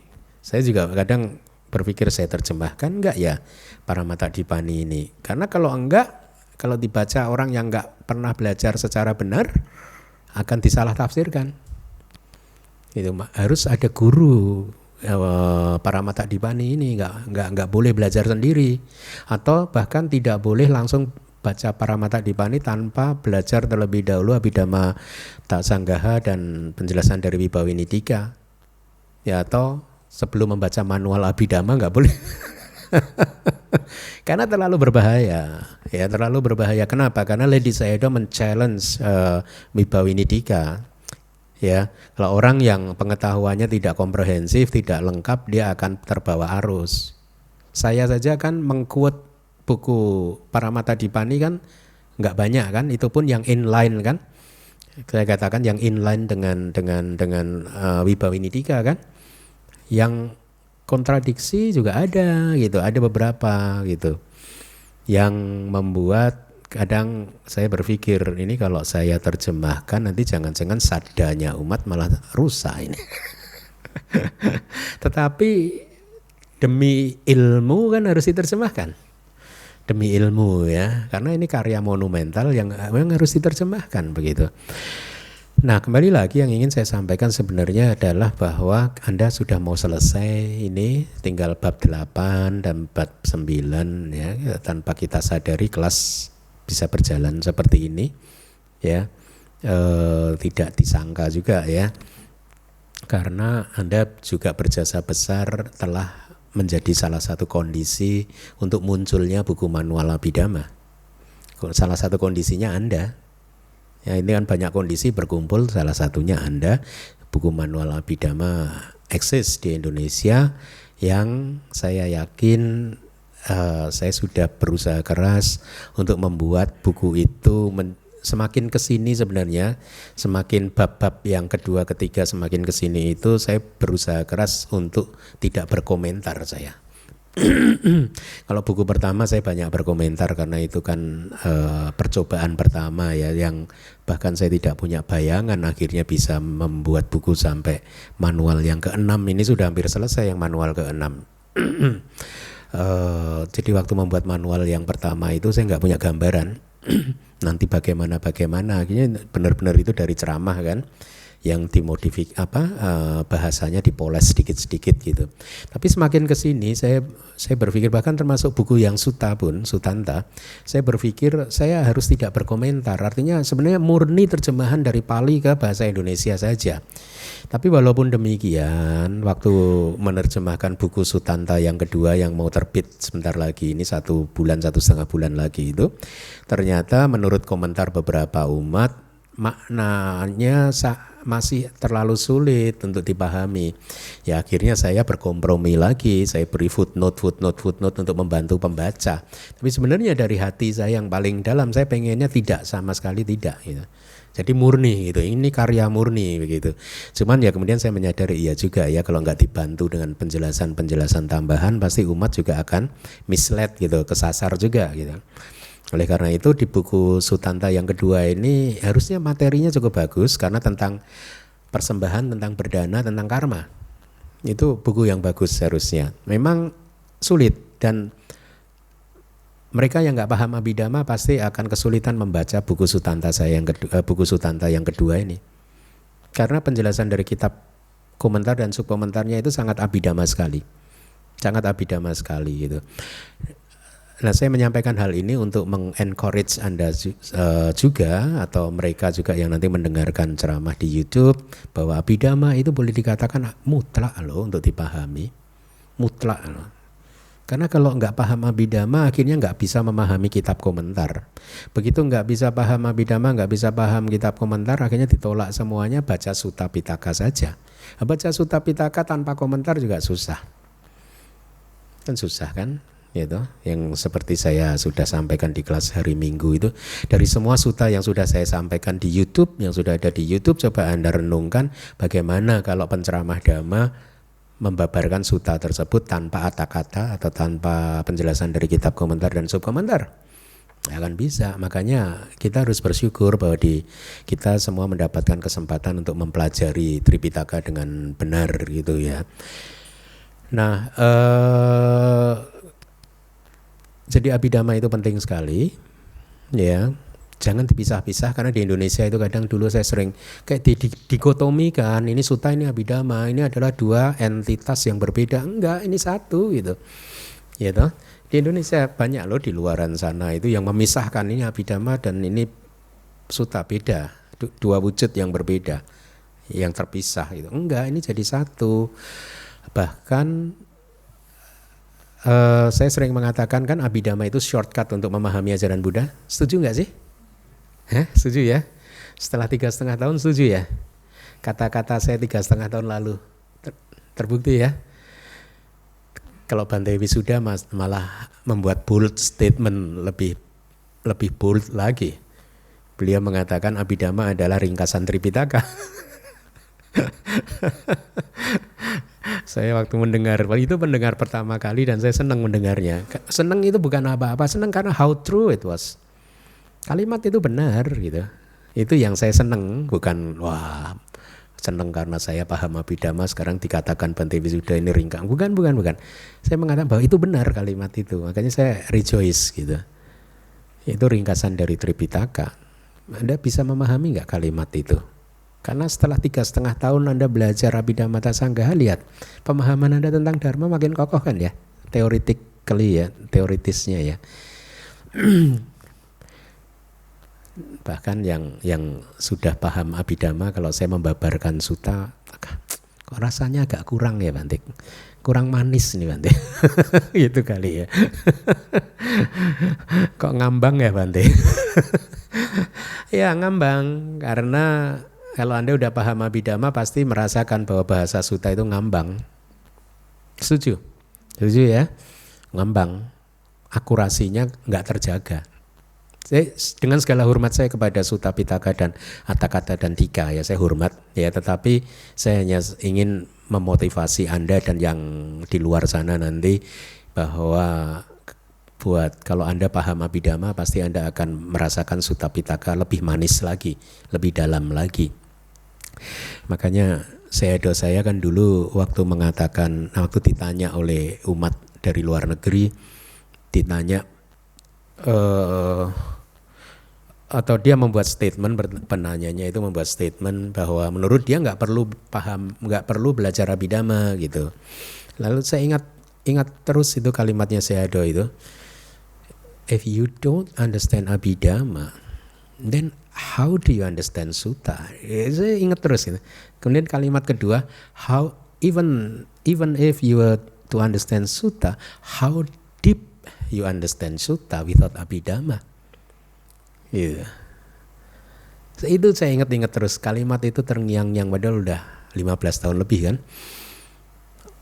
Karena waktu itu saya kayak mendengar Bhante Wisuda tadi gitu, waktu mengatakan ini ringkasan dari Tripitaka gitu ya. Dan waktu saya mengatakan begitu, saya juga sedikit banyak memahami, iya meskipun waktu itu saya masih pelajar ya, tapi saya sudah mulai agak bisa merasakan, iya juga ya belajar sutta tanpa Abhidhamma susah ya. Karena di Myanmar itu kan sutta diajarkan sesuai kitab komentar kan. Ya kayak Anda belajar di hari Minggu dengan saya itu kan, kira-kira kan Anda udah mulai berpikir ya juga ya, belajar sutta tanpa Abhidhamma nggak bisa juga ya, kan udah mulai berpikir gitu kan, ya karena kitab komentar kayak begitu itu kan. Nah jadi kembali lagi, teruslah berjuang. Kalau kita punya karma baik yang cukup lagi, nanti setelah ini kita akan belajar Dhammasanggani dan seterusnya. Kemudian juga kita belajar itu Paramattha Dipani. Terus juga saya juga berbahagia karena kita ada kelas bahasa Pali juga. Saya berharap nanti di masa depan ada ahli-ahli kitab yang muncul lagi gitu ya. Kenapa? Untuk bisa menjadi ahli kitab Tripitaka maksud saya ya. Pengetahuan wajib yang harus dimiliki persyaratannya adalah satu, tidak cukup hanya memahami bahasa Pali saja, tidak cukup. Dia harus paham Abhidhamma. Paham. Alasannya jelas, kalau Anda hanya paham bahasa Pali tapi Anda nggak paham Abhidhamma, nanti pada saat Anda harus menerjemahkan kitab komentar dan subkomentar, Anda akan kesulitan. Jadi Anda bisa baca tapi Anda nggak bisa paham. Kenapa? Karena banyak sekali kitab komentar dan subkomentar yang dijelaskan sesuai dengan Abhidhamma, ya. Makanya dua syarat itu mutlak, paham bahasa Pali dan juga paham Abhidhamma. Kalau Anda ingin jadi scholars maksud saya, ya ilmuwan Buddhis gitu yang nanti bisa menerjemahkan, bisa ini, itu syaratnya dua, bahasa Pali dan Abhidhamma. Tidak bisa ditolak salah satunya, nggak bisa. Kalau nggak paham Abhidhamma hanya bisa Pali, masa nggak bisa nerjemahin, akan sulit juga. Saya sering mengilustrasikannya seperti katakanlah Anda membaca bukunya Stephen Hawking tentang Big Bang, tentang tentang waktu yang ditulis Stephen Hawking itu. Ada kan tentang waktu itu ditulis, tentang black holes. Anda bisa kan bacanya? Bisa nggak? Bisa dong, orang ABC juga kok. Bisa ya, tapi paham? Nggak paham juga, itu bisa baca tapi nggak paham juga. Kira-kira begitu ilustrasinya. Akan sulit. Kemudian bisa jadi jadi keliru menerjemahkan. Ya, itu agak sensitif jadinya kan. Karena tidak paham itu jadi menerjemahkannya keliru. Itu paling tidak saya selama proses menerjemahkan kitab sampai hari ini, hal-hal tersebut saya merasakan sering. Oh iya ya, kalau nggak paham Abhidhamma sulit ya. Kalimat itu dalam bahasa Pali itu kan rumit. Ya.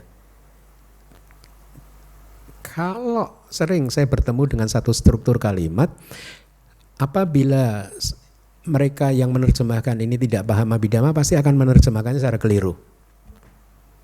Saya beberapa kali diskusi sama Bante Wisuda, ya Bante coba, kayak kata ini aja Bante, ini kalau mereka nggak paham kan keliru ini Bante, gitu. Ya makanya benar sih, harus benar-benar seorang yang mengetahui pengetahuan komprehensif sih, kayak misalkan dokter aja, saya sebelum mengajarkan ilmu kedokteran harus kuliah dulu kan. Jadi Anda juga di sini Anda kuliah gitu, secara komprehensif Anda belajar sehingga nanti Anda paham. Nah itu kesulitan-kesulitannya, makanya tetapi walaupun demikian saya merasa senang karena di DBS ini harusnya sudah cukup lengkap ya, ada pelajaran Pali, makanya saya berharap nanti di masa depan ada ahli-ahli dari yang bisa membantu menerjemahkan kitab-kitab itu, karena keyakinan saya agama ini akan kokoh kalau kitab-kitab itu tadi sudah diterjemahkan langsung dari bahasa Pali ke bahasa Indonesia. Agama Buddha akan kokoh kalau itu sudah diterjemahkan semua. Atthakatha Tika sudah diterjemahkan.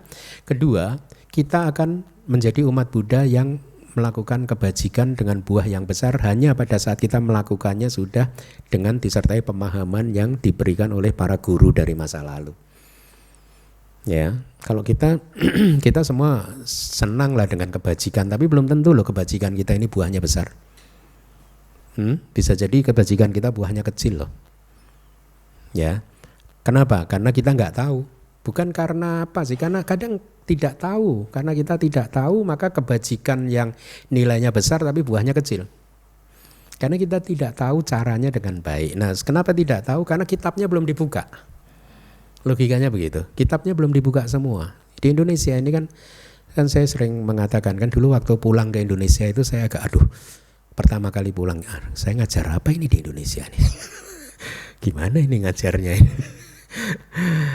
Nah kembali lagi, demi agama supaya kokoh dan demi semuanya yang memeluk agama ajaran Buddha ini supaya kebajikannya berbuah besar, maka menurut saya kitab-kitab ini harus diterjemahkan, ya, supaya Anda punya pengetahuan yang lengkap tentang ajaran Buddha, lengkap dan benar, ya, lengkap dan benar gitu. Terus kalau kitab ini sudah diterjemahkan nggak akan ada perdebatan, percaya nggak sama saya?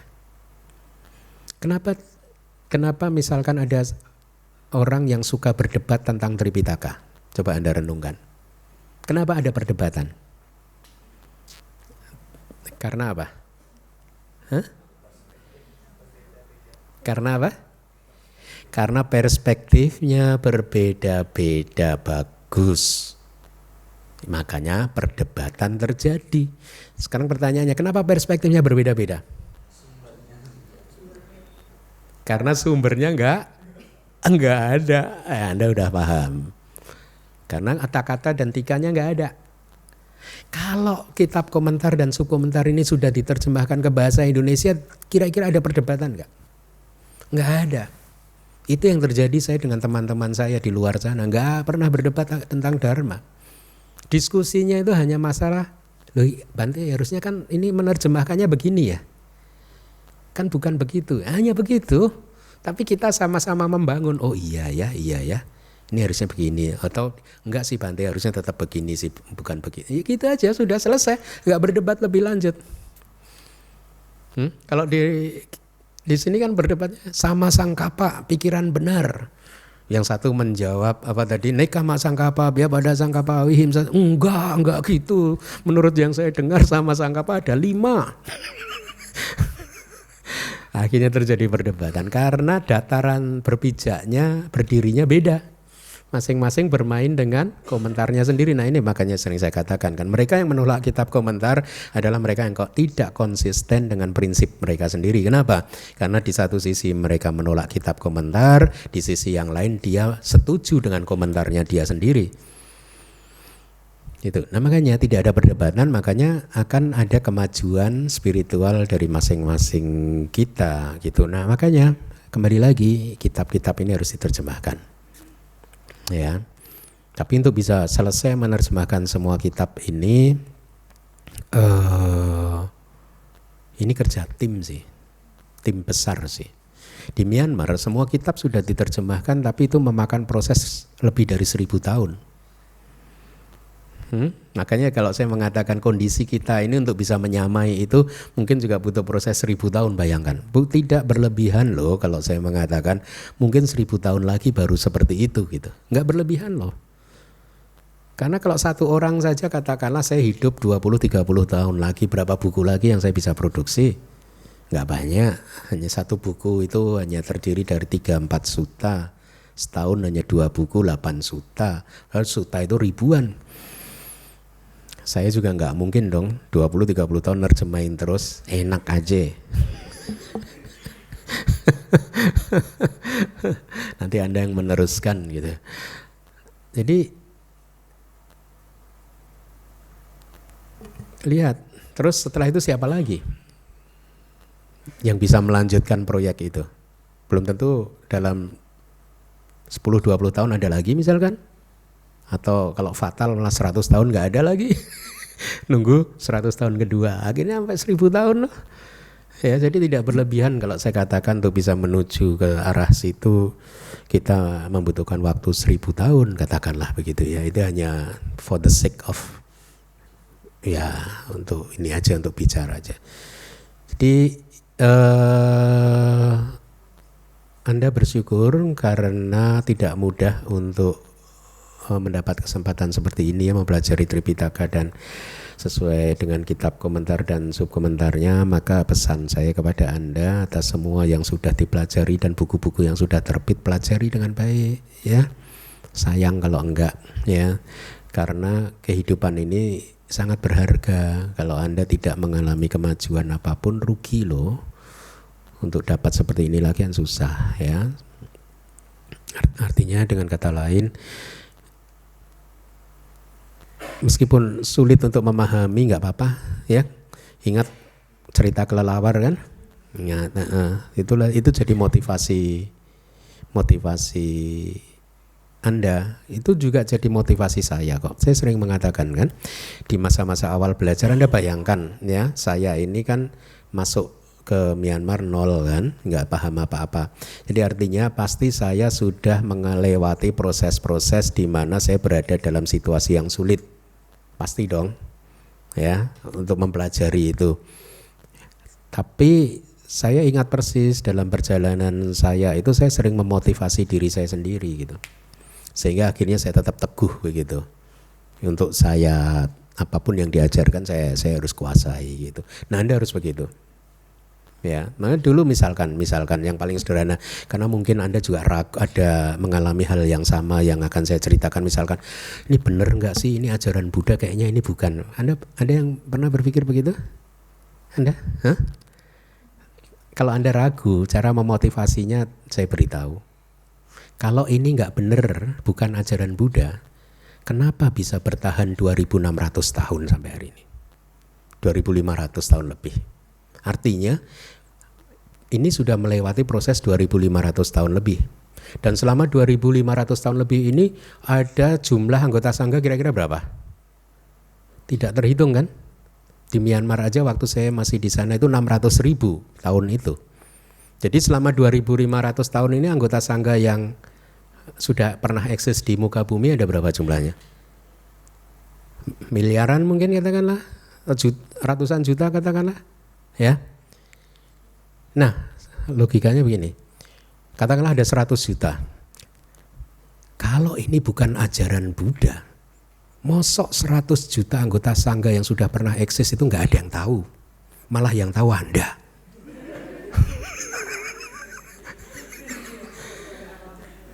Benar nggak? Hah? Masa malah orang Indonesia yang tahu? Hah? Yang ke wihara jarang. Logika sederhana. Itu dulu saya memompa saya begitu. Saya memompa diri saya sendiri begitu. Kalau Buddha ini nggak tercerahkan, saya kan sangat mengagumi guru saya. Kalau Buddha ini bukan manusia yang hebat, lalu kenapa bisa guru saya yang saya kagumi ini begitu menghormati Buddha? Awal-awal dulu ya. Sebelum punya pengetahuan dan pengalaman banyak gitu kan. Kenapa guru yang saya hormati ini hormat pada Buddha? Pasti Buddha ini hebat gitu. Ya gitu awal-awal dulu gitu. Jadi kita harus memompa diri kita sendiri begitu. Sayang sih kehidupan sebagai manusia kalau berlalu begitu saja tanpa pernah berkembang. Pariyati Anda. Ya. Tetapi kan tujuannya pati-pati. Iya, pati-pati itu fondasinya pariyati. Ya. Jadi begitu, teruslah bersemangat untuk belajar ya. Karena kan ada yang mengatakan begini juga, nggak perlulah belajar terlalu detail begitu, kenapa sih harus begini begitu. Ada dari dulu itu selalu ada yang begitu kan gitu. Kalau ada yang bertanya kepada saya, biasanya saya jawab, memangnya belajar jelek? Kan belajar itu juga satu kebajikan. Jadi Anda mendengarkan dhamma 2 jam begini, Anda mengumpulkan kebajikan loh. Kenapa harus dihindari? Ya, dengan mengatakan nggak perlulah belajar begitu loh. Itu kebajikan loh. Nggak perlu belajar asal setiap hari Sabtu jam 7 sampai jam 9 Anda meditasi. Boleh. Nggak usah ke DPS untuk mendengarkan ini.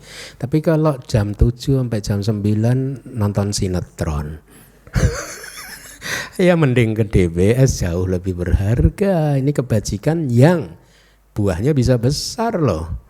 Buah besar itu kayak apa sih? Siapa tahu ya di kelahiran depan karena kebajikan ini yang Anda dengarkan di kehidupan yang sekarang berbuah. Anda tiba-tiba alarmnya berbunyi umur 20 pengen jadi biku atau seale, dan setelah 1 tahun mencapai jana, itu buah besar. Itu buahnya besar. Atau sekarang bahkan berbuah besarnya Anda bisa mencapai jana, maga, pala. Kan perlu kondisi. Ya, kondisinya harus besar. Mosok mencapai jana kondisinya nonton sinetron. Mana bisa nonton sinetron. Kondisinya nggak sesuai ya. Jadi nggak ada ruginya ya, karena ini adalah kebajikan. Jadi belajar yang begini itu pasti ini adalah perbuatan baik yang semoga berbuah besar. Baik, jadi saya hanya mengisi waktu supaya tetap sampai jam 9. Ya, udah jam 9 kita cukupkan. Terima kasih. Mari kita tutup kelas ini, ikuti saya. Idang me punyang asawa kaya wahang hotu idang me punyang nibanasa pacayo hotu mama punya bagang sabasatanang pacemi te sape me samang punya bagang la bantu sadu.